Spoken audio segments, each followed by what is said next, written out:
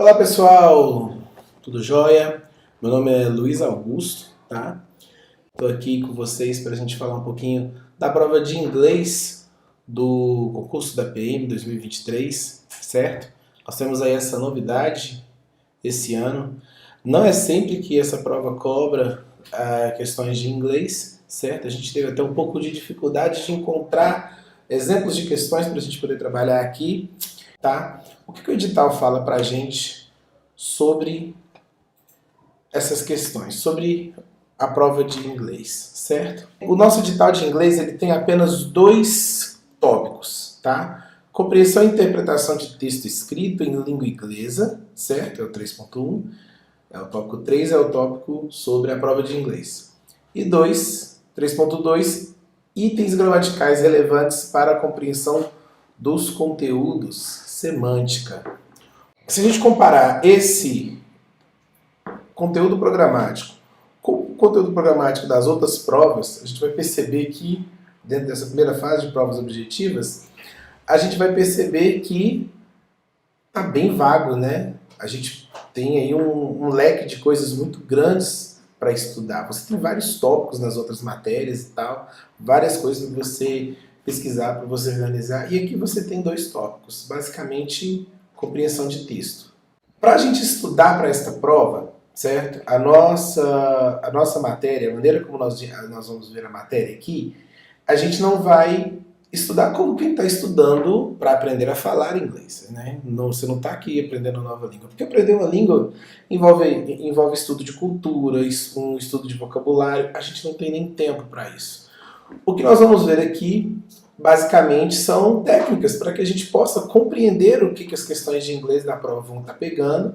A gente vai dar alguns inputs interessantes sobre como geralmente o conteúdo de inglês é cobrado em avaliações desse modelo, né? Avaliações que estão cobrando ali somente uma compreensão de interpretação de texto, certo? Nós temos vários tipos de avaliações em inglês, nós temos avaliações que são totalmente em inglês, questões de título, texto, nós vamos ver um pouco esse tipo também, como resolver esse tipo de questão. Há um exemplo da avaliação do Enem, certo? Nós temos questões mais parecidas com aquelas que a gente vê lá no 2º grau, né? No primeiro e no 2º grau que a gente vê na escola, que são questões em português sobre um texto em inglês, né? Ou uma frase em inglês e você tem ali que dar a sua compreensão, certo? A gente vai começar com a aula de hoje com o que eu considero o principal tema cobrado em provas, tá? De inglês, certo? Principal assunto que é cobrado em provas e principalmente o assunto que mais te exige compreensão para poder estar entendendo o mínimo de um texto ou de uma frase em inglês é o verbo to be, certo? O verbo to be é aquele tema que a gente fica a vida inteira estudando na escola e ainda assim, né? Sai da escola às vezes sem entender direito como que usa. Hoje a gente vai tentar aqui resolver esses problemas, tá? Da utilização, dos significados, certo? E de principalmente como ele é cobrado em avaliações, tá beleza? Então, primeira coisa que a gente tem que entender, o verbo to be, ele é um verbo muito importante. A gente inicialmente traduz ele como verbo ser, né? No português, se a gente for conjugar eu sou, você é, eles são, tu és, certo? O verbo ser. Aqui no inglês, o verbo ser, ele aglutina 4 significados, que inicialmente podem parecer iguais, pode até no português, em alguns momentos, você pode substituir uma palavra pela outra, mas em alguns momentos, semanticamente, a gente vai ver que o significado dele, o sentido dele acaba sendo muito específico. O verbo ser tem 4 significados, todos eles importantes e em alguns momentos esses significados são bem diferentes uns dos outros, tá? Que é o de ser, estar, permanecer e ficar. A gente vai encontrar o verbo to be sendo usado nesses 4 sentidos. Ser, estar, permanecer e ficar, ok? Então a gente vai ver primeiro aqui no sentido de ser, tá? A gente tem alguns exemplos aí. I am happy. Né? Eu sou feliz. o nosso verbo to be é esse aqui, ó. I am, ok? I am happy, ok? Então, nesse primeiro momento, a gente está estudando o verbo to be no sentido de ser, né? Happy, uma palavrinha bem utilizada aqui no nosso vocabulário. Eu sou feliz, né? Vamos começar do básico, certo? Nesse momento aqui, quando a gente usa na primeira pessoa, tanto faz a gente dizer se eu sou feliz ou se eu estou feliz. Nesse momento aqui agora, no inglês não se faz essa distinção, certo? A gente costuma, por exemplo, trocar o verbo ser pelo verbo estar quando a gente está querendo substituir uma noção de tempo contínuo por uma noção de tempo delimitado. Por exemplo, se eu digo que eu sou feliz, estou dizendo que eu sou uma pessoa feliz, minha vida é uma vida feliz. Agora, se eu digo assim, eu estou feliz, aí já tem um significado diferente. Por quê? Porque eu digo que, neste momento, agora, algo está acontecendo na minha vida e eu estou feliz. Certo? Aí tem todo um significado por trás. No caso do I am happy, né? Eu não faz essa diferença. Você pode estar falando eu sou feliz ou eu estou feliz. A gente vai definir qual é o sentido nesse momento pelo quê? Pelo contexto. E é aqui que vem aqui a primeira dica. Muita coisa a gente consegue aferir pelo contexto, tá? Nessas histórias. Muita coisa, ok? Então vamos embora lá. Mesma lógica. I am tall. Eu sou alto. Tá? Não dá para dizer eu estou alto, a menos que você naquele momento tenha subido uma escada, e aí diga, não, nesse momento eu estou alto. Então aqui a gente tem algumas situações em que o verbo to be pode significar tanto ser quanto estar. You are funny, né? You are funny. You are funny. Are é o nosso verbo to be. É uma forma de grafia do verbo to be que a gente vai usar quando a gente vai usar na segunda pessoa. Você é engraçado, ok? Então, nesse momento, a gente está dizendo que o verbo to be está sendo usado no sentido de ser. Qual é a regrinha aqui, beleza? O que happy, tall e funny têm em comum? São qualidades, certo? Happy, tall e funny são qualidades. Então a gente pode utilizar o verbo to be e se alguém perguntar, mas qual o significado do verbo to be aqui? Ele vai ter o sentido de ser. Nós temos aqui mais alguns exemplos, tá? Então nós temos aqui, he is cool, ele é legal. Ou seja, nós temos aqui o sujeito, o verbo to be, certo? O verbo ser, e uma qualidade. Então, no sentido de ser. Novamente, she is fast. Sujeito, ela, nosso verbo to be e outra qualidade, rápida. Estão pegando a ideia? Quando a gente passar para os outros sentidos, vocês vão entender melhor por que eu estou fazendo isso aqui, tá? Vamos lá, bora lá. You are young. Aliás, we are young. Nós somos jovens. Lembra aquela música do Fun? Muito interessante, né? Tonight, we are young. A letra é muito interessante para a gente estar dando uma analisada depois, tá? Nós somos jovens. Jovens é uma qualidade, um adjetivo. Então, mais uma vez, verbo to be, depois um adjetivo, ele está no sentido de ser, ok? They are creative, né? Eles são criativos. Então, agora você pode se perguntar, bom, mas e se eu quiser dizer que eu estou legal, que eu estou jovem? Nesses casos específicos aqui, por exemplo, é interessante você ver pelo contexto. Eu posso delimitar o tempo. Se eu falar, por exemplo, I am very happy right now, ou seja, agora, neste momento, aqui o verbo to be vai passar a ter o sentido de estar. Se a gente fosse falar em português, seria assim, eu estou muito feliz. Ponto. Aliás, eu sou muito feliz. Ponto. Ou eu estou muito feliz. Ponto. Agora, se eu quiser cravar um sentido, eu posso deliminar um momento. I am very happy right now. Então, eu estou deixando claro que eu só estou feliz neste momento. Ok? Todo mundo entendeu? Bora lá, então. Agora a gente vai falar um pouquinho do verbo to be no sentido de estar, ok? Né? A gente já deu um exemplo no slide anterior, que é quando a gente delimita um tempo. Então, voltamos novamente aqui para esse primeiro momento, para esse primeiro exemplo, tá? No caso aqui, I am working now, né? Eu estou trabalhando agora. Uma característica, a gente vai ver os exemplos, depois a gente vai voltar vendo o que eles têm em comum para a gente poder pegar a regrinha, tá bom? Dê uma olhadinha aqui, ó. Você não vai falar eu sou trabalhando, né? I am working, eu estou trabalhando, certo? Então, olha aqui que interessante. Mas quando a gente fala I am working, isso aqui é um verbo no gerúndio, tá bom? A gente vai ter uma aulinha mais pra frente só sobre isso. Mas aqui nesse momento eu estou dizendo que eu estou trabalhando, mesmo que não tivesse agora, o verbo to be aqui vai estar no sentido de estar. Por quê? Porque nesse momento eu estou definindo um estado, o estado de estar trabalhando. Pegaram a ideia?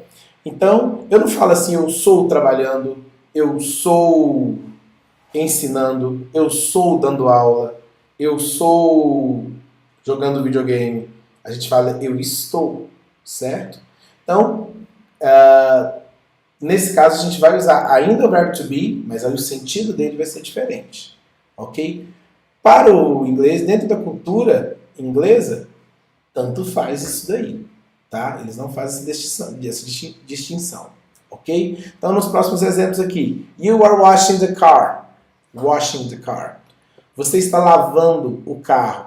Vamos desprezar aqui quem sofre a ação, tá? You are washing. Você está lavando, certo? Você não vai dizer eu sou lavando, certo? Então, fica claro que se a gente bota um verbo no gerúndio, o verbo to be ele passa a significar estar, beleza? He is talking, ele está conversando, está falando, certo? No caso to me, ele está conversando comigo. Pegaram a ideia? Então, vamos pegar aqui, she is running, certo? Ela está correndo. They are at the hotel. Ok, esse exemplo eu vou deixar mais para frente. Vamos voltar para esses 4 aqui, ó. Primeira dica que eu posso dar para vocês, tá? Vão tentar entender uma frase, mas eu não tenho tanto vocabulário, eu não sei os significados de todas as palavras. Você pode vir aqui no ING, tá vendo? Se tem aqui uma palavrinha terminada em ING, isso aqui é uma terminaçãozinha que designa gerúndio. Sacou? O gerúndio designa o estado de se estar fazendo alguma coisa. Então, se numa prova te dá uma frase com a palavrinha terminada em ing depois do verbo to be e te pergunta em qual sentido que está o verbo to be aqui, aí você tem lá os 4 sentidos, letra A, B, C e D, ser, estar, permanecer, ficar, você, por esse ing aqui, você já sabe qual é a resposta. Pegaram? A gente vai fazer uns exemplos parecidos com isso aqui. Até aqui você tem a mesma construção, tá? Vamos abrir o slide maior para você poder ler. Sujeito, verbo. Eles, verbo. She, verbo. He, verbo. Sujeito, verbo. Sujeito, verbo. Então até aqui tá tudo igual. Aqui, ó, a gente tem gerúndio, né? Trabalhando, lavando, falando, correndo, certo? Então, nesse momento aqui, nós já temos palavras que indicam estado. Aí quando a gente fala, chega aqui, ó, they are at the hotel, a gente tem uma expressão que designa um lugar. Então, quando a gente tem esse at aqui, ó, é como se a gente estivesse falando assim, eles estão no caso aqui, no hotel. Compreendem? Então, a gente está falando que eles estão em algum lugar. Se eles estão em algum lugar, é sentido de estado, né? Então, a gente não vai falar eles são no hotel, eles estão no hotel, ok? E agora a gente vai dificultar um pouquinho isso, que a gente vai falar um pouquinho das contrações, certo? A gente viu esses dois sentidos do verbo to be e como que a gente encontra isso mais na linguagem cotidiana. Se você estiver vendo algum diálogo, tá? É bem mais provável que você encontre o verbo to be utilizado na forma contraída, tá bom? No caso do I am, né? Ele vai acabar sendo contraído né, dessa forma aqui, ó. Tira-se o A, põe o apóstrofe, né, e fica I'm a little crazy. Na prática, o que a contração é? Ela é uma forma mais rápida de se escrever algo que eles já falam. Porque quando eles vão falar I'm a little crazy, eles já falam super rápido, certo? Eles já falam o I am mais parecido com o que é a contração do que o que é a norma vamos dizer, culta, certo? E aí isso serve para as outras contrações também. You are very weird, né? Você é muito estranho. Na linguagem corriqueira do dia a dia, certo? Eles já falam isso aqui super rápido, quase ligadinho. You are very weird. E aí eles trazem para escrita a maneira mais próxima do que eles falam. You are very weird. Então, a maneira de se contrair o am é assim, né? Com apóstrofe. A maneira de se contrair o are é assim, você tira o A, coloca o apóstrofe no lugar do A e liga ele com o sujeito, certo? Your. A maneira de se contrair o is é desse jeito, você tira o I, coloca o S com apóstrofe. He's a good boy. No caso aqui é a mesma coisa, você pode falar he is a good boy. Geralmente quem fala assim é quem está aprendendo inglês, né? O nativo, ele já emenda isso. He's a good boy. E é assim que eles acabam escrevendo também. Tem as duas formas de se escrever. Essa aqui é uma forma mais culta, essa daqui é a forma mais corriqueira, menos formal, ok? She is intelligent ou she's intelligent é o mesmo significado. O is é substituído aqui pelo S apóstrofe, ok? Ela é inteligente. Todos os significados estão aí, né? No caso a gente colocou as formas no sentido de ser, né? Que é sujeito, verbo e adjetivo, certo? It's awesome. Olha aqui, essa daqui cai muito, gente, ó. O S, o IS, né? O is acaba sendo contraído aqui junto com o it. Acaba sendo a mesma forma de se falar. Quando a pessoa vai ler esse it is aqui, ela lê o it's mesmo, sabe? They are very lovely, or they're very lovely. No caso do they, é quando a gente vai ver mais mudança, tá? A gente vai ver mais mudança na pronúncia da forma contraída em relação à forma normal, tá? A gente fala they are very lovely ou they are very lovely, ok? We are having lunch now. We are having lunch now. Então a gente vai ter que a forma contraída do are com o i é a mesma aqui. Bem parecida com a que a gente viu com you, mesmo bem parecida com a que a gente viu com they, mesmo que a gente vai ver aqui agora com o we, ok? Vamos dar uma olhadinha agora em algumas questões. Verbo to be, a gente tem aqui um sinalzinho, né? Brazilian and I live in Curitiba, certo? Então, você está dizendo que você né, verbo to be, é brasileiro e mora em Curitiba. Qual desses aqui você acha que vai entrar aqui no espaço? Baseado no que a gente acabou de ver nos outros slides, é o am. Então a pronúncia aqui seria I am Brazilian e and I live in Curitiba, ok? Na outra aqui, a gente vai ver the doors, is, or, are, or am. No caso aqui, ó, a gente tem um plural. Então, the doors aqui está no lugar de they. E, baseado no que a gente viu, né, they are, certo? Então, o correto aqui seria are. Aqui a gente vai ver a letra B e C, a gente vai ver na próxima aula, porque aqui trata-se de perguntas com o verbo to be. E eu resolvi deixar essa parte para a gente ver na próxima aula. Então, aqui hoje a gente aprendeu os sentidos do verbo to be, certo? A gente aprendeu como conjugar ele, quais são as principais grafias do verbo to be e aprendemos as contrações. Na próxima aula, a gente vai falar um pouquinho de perguntas com o verbo to be e de negativas com o verbo to be. ok? Fica ligadinho aí que a gente volta.